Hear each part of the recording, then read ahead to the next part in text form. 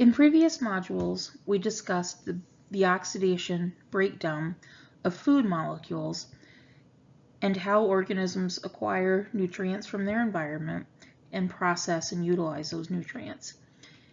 And we discussed the digestive system and indicated that most nutrient absorption occurs in the small intestine.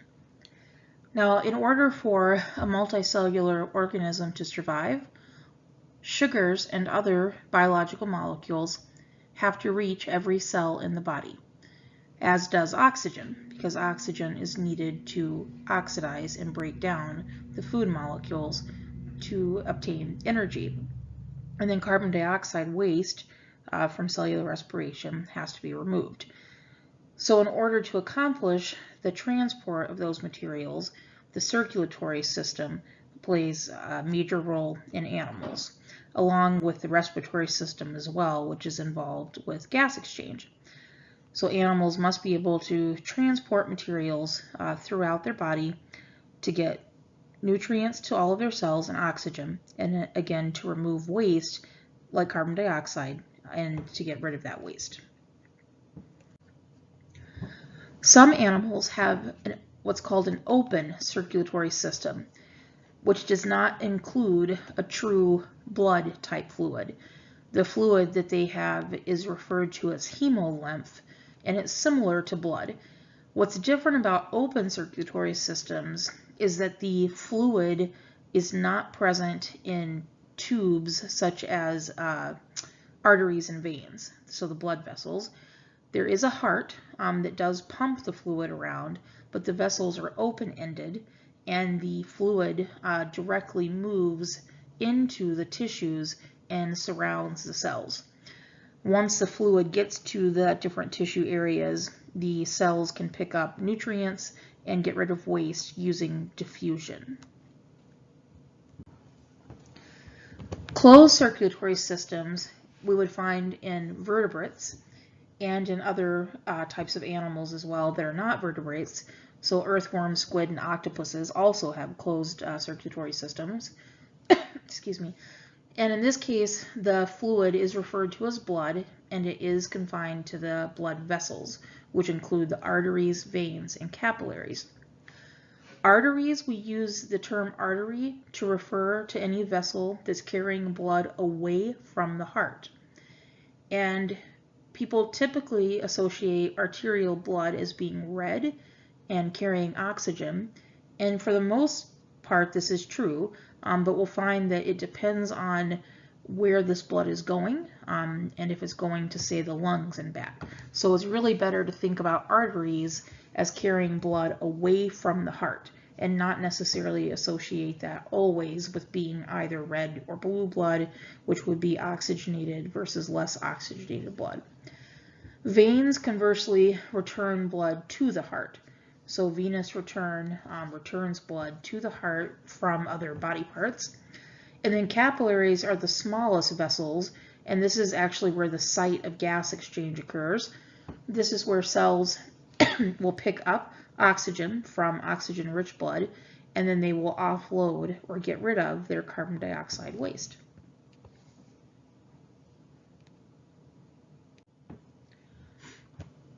Let's look at circulatory systems in several different types of animals. Some closed circulatory systems have only one circuit. So for this example, we'll look at a typical fish circulatory system. Fish have two chambers in their hearts, ventricle and atrium.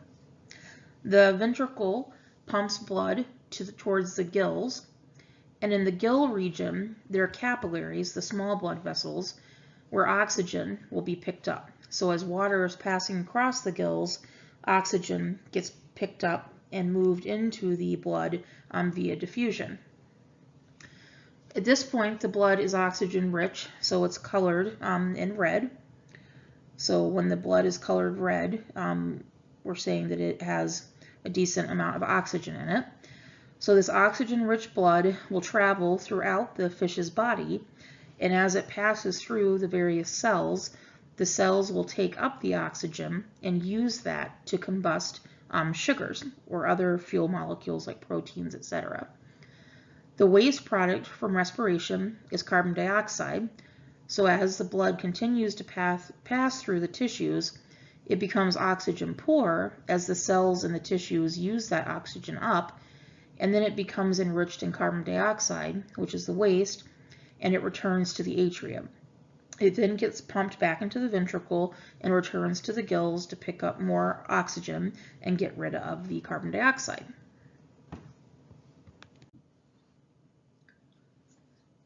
Some animals have a two-circuit closed circulatory system.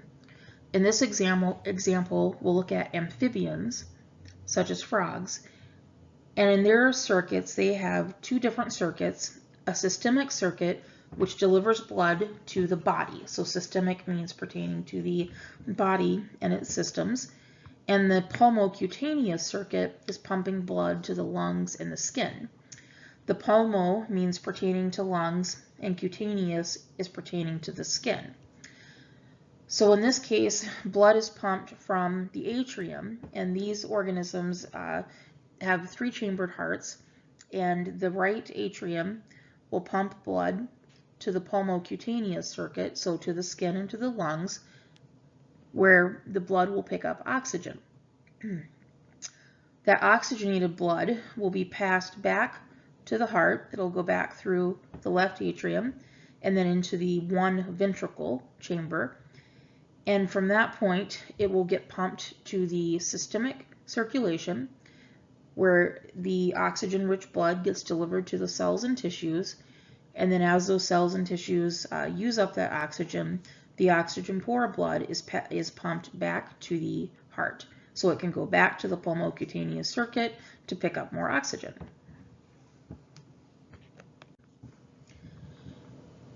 In the cardiovascular system of vertebrates, which include animals that have backbones, so birds, for example, and mammals, the heart does have four chambers. It has two atria at the top and two ventricles at the bottom portion of the heart.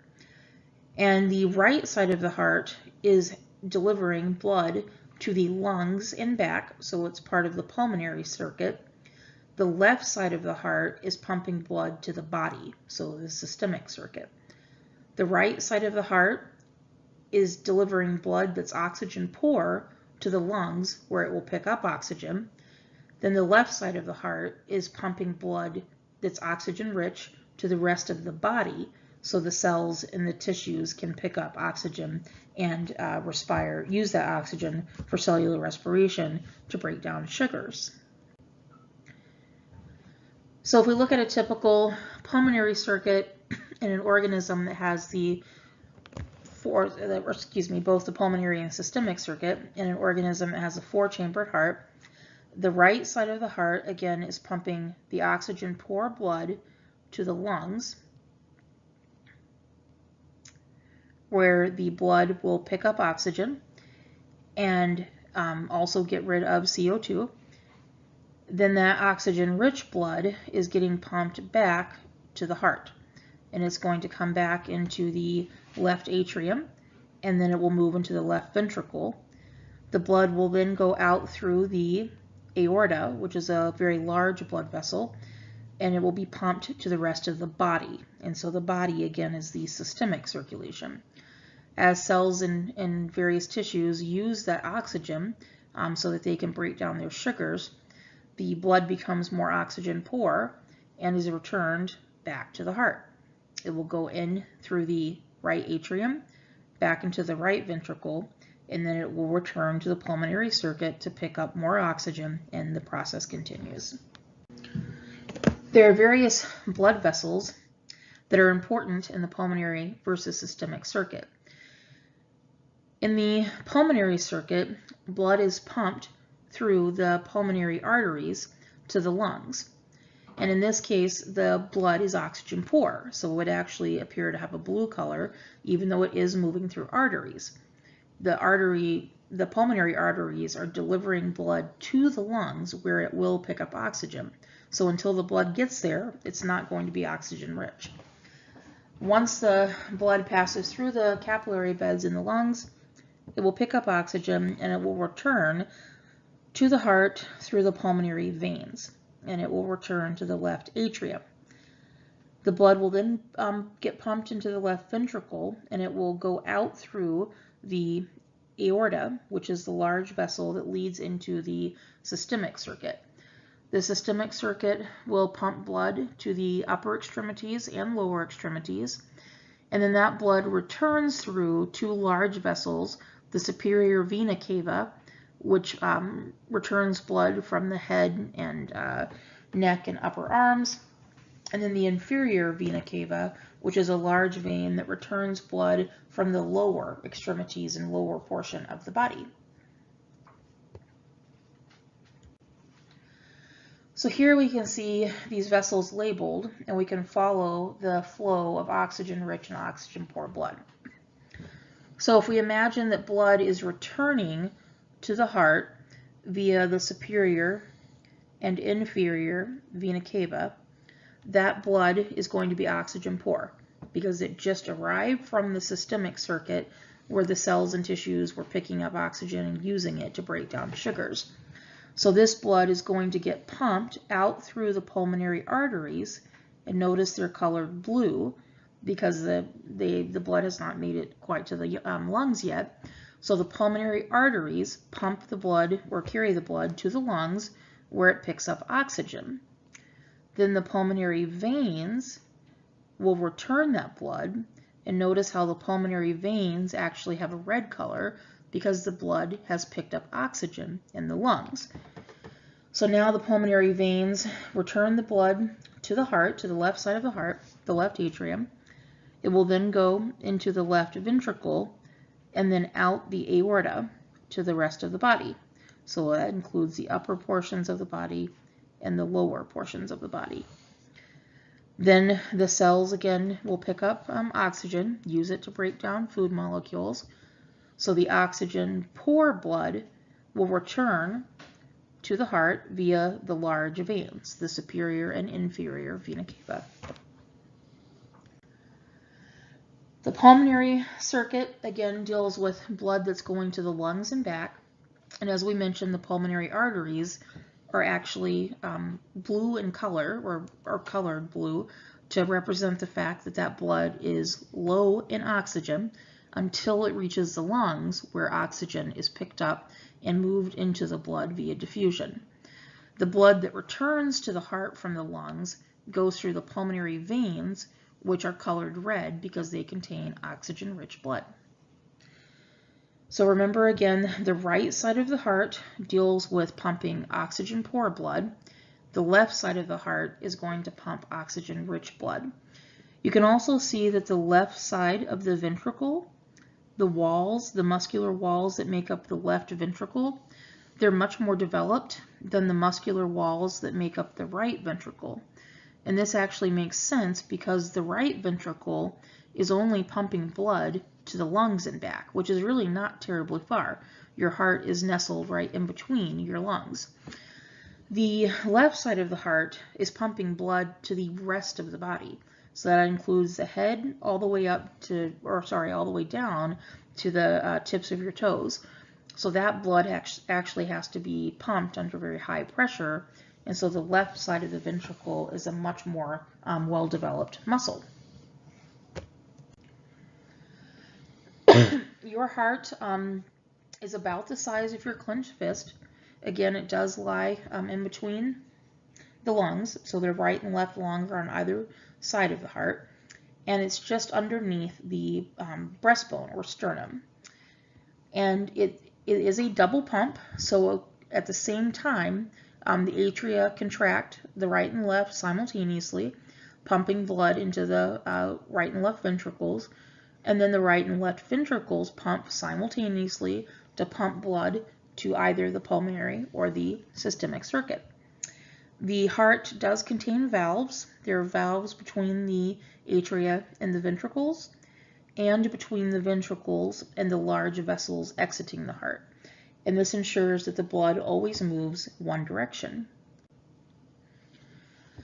In this diagram, I've labeled the major blood vessels going into and out of the heart, and then the various valves. So let's trace the blood flow again, imagining that the blood is returning to the heart from the systemic circuit. So the blood returning to the heart from the systemic circuit will go into either the superior or inferior vena cava. So again, that just depends on whether or not we're looking at the upper portion of the body or the lower portion. That blood will pool into the, or get pumped into the right atrium. From there, it's going to go into the right ventricle, and it has to pass through a valve, and this valve is referred to as an atrioventricular or AV valve because it lies between an atrium and a ventricle. So this is like a one-way doggy door. The blood, when it pumps through this ventricle, through this valve, the pressure of the blood fills up in the ventricle, and it actually shuts the valve. And when you hear your heart sounds, if you listen to them with a stethoscope, the lubbed up sound that you hear is actually the blood slamming against these valves. And so you can hear the blood hitting those valves, and that's what makes the heart sounds. Once the pressure builds up in the ventricle, the blood will get pumped, and we're on the right side here. It's going to get pumped into the pulmonary trunk, which branches into the pulmonary arteries. That blood is going to go to the lungs, where it will pick up oxygen. When the blood returns, it's going to return through the pulmonary veins, and it's going to go into the left atrium. From there, the blood will go into the left ventricle, which has the very muscular wall, and it does have to pass through another atrioventricular valve. When the blood is going from the left ventricle into the aorta, it passes through a valve called a semilunar valve. And the same thing happens on the other side. When the blood is passing from the right ventricle into the pulmonary trunk, it also goes through a semilunar valve. And these have kind of a half moon shape, so that's where they get their name, semilunar. And again, when these valves close, that gives rise to the heart sounds that you can hear with a stethoscope. And the valves ensure a one-way flow of blood so that we don't get regurgitation of blood. In some cases, people can have prolapses or stiffening of their valves, and they may not work properly, and that can be heard as a murmur using a stethoscope. In terms of the vessels that are carrying the blood, the arteries are typically very large and range in size from large to medium to small. The arteries have thick muscular walls. The arteries will pump blood to capillaries. The capillaries are very thin. They do not have a muscular wall at all. The blood in arteries is pumping under a very high pressure. If somebody were to get cut in a major artery, the blood would spurt from the artery, and that blood spattering is sometimes used in crime scene investigations. And again, that's just due to the high pressure in the arteries, and the thick layer of smooth muscle allows the arteries to constrict and dilate to help regulate blood pressure. As the blood moves through the capillaries into the veins, the pressure actually drops off pretty dramatically. So when your blood pressure is taken, it's taken using your brachial artery, which is kind of in where your elbow bends, and the pressure is pretty high. We're at a high point there, so it's good for measuring. You can measure blood pressure in other areas as well. But by the time the blood reaches the veins, the blood pressure has dropped off dramatically. Now, the veins, because the pressure is so low, you have to imagine that there has to be a way to help get that blood from your extremities, like your legs, for example, back up to your heart. And that's challenging because you're resisting the forces of gravity to move that blood upwards, and it's under very low pressure. So the pressure isn't really helping to propel it upwards. One of the things that helps with our venous return to the heart is the veins also have valves in them that help ensure a one-way flow of blood. And then when we contract our skeletal muscles, so just like walking around and things like that, that actually helps to kind of build up pressure and milk the blood through the veins back up towards your heart. So that's why things like exercise are really good for your return of blood to the heart. And they also, that process also helps move lymphatic fluid through your lymphatic system. So the skeletal muscle contraction, along with breathing also creates a pressure differential that helps kind of suck the blood back up towards the heart. And the fact that the veins have one-way valves, all of those things help ensure that the blood in your veins makes it back up to your heart. So what is in the blood then? We said that blood is important because it's going to help us transport materials throughout the body that all of our cells need. So let's take a look at the liquid part of the blood first, which is your blood plasma. And the blood plasma is predominantly made up of water. There are many solutes dissolved in the blood as well, and that includes a variety of ions that all have very important roles in the body. So these ion levels are tightly regulated in the body, and if they were to get too high or too low, that can cause problems. There are a number of proteins in the blood plasma as well, and these proteins have different roles. The protein fibrinogen, this is a protein that helps your blood clot properly. So if you were to get a cut, your blood would clot. You also have antibodies in your blood. Those are proteins that help protect you against infection from pathogens such as bacteria or viruses. And then there are a variety of nutrients that are in the blood that are very important as well. So for example, glucose. We have to have an appropriate blood glucose level in order to deliver glucose to all of the cells in our body. And as we go through cellular respiration, of course, we're going to require oxygen. That oxygen was obtained via the respiratory system.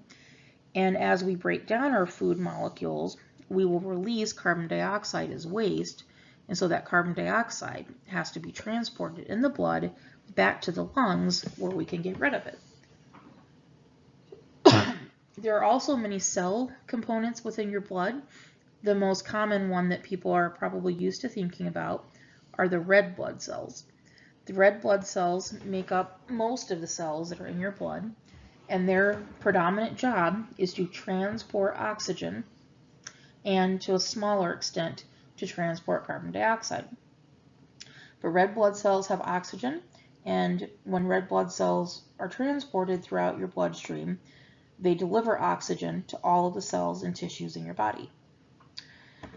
You also have a number of white blood cells in your blood, and these white blood cells make up part of your immune system, and they help protect you from bacteria, viruses, fungal infections, etc. Some of these white blood cells, like the eosinophils, for example, they tend to become more prominent if you are having an allergic reaction. Others, like the neutrophils, become more prominent if you have a bacterial infection. So one of the things we can do if we are looking at someone's blood, we can do what's called a white blood cell count. We can count up how many white blood cells there are. And if you have too many white blood cells, that could be an indication of an infection or even potentially a cancer of the white blood cell line. And if we look at the different kinds of white blood cells that are present, that's called a differential blood count. Then we might see, for example, that only your neutrophils are elevated, and that's more likely to indicate a bacterial infection. Whereas if your eosinophils were elevated, that might indicate allergy response. The last cellular component that's present in the blood are the platelets, and these are actually fragments of blood cells, and they're very important for blood clotting. The next material that you'll need to watch for this unit is the animation that's provided for you on transport mechanisms in plants, which are going to be quite different because plants do not have blood vessels, but they do have specialized tissues and cells for transporting material throughout their body. So you can find that link on Angel.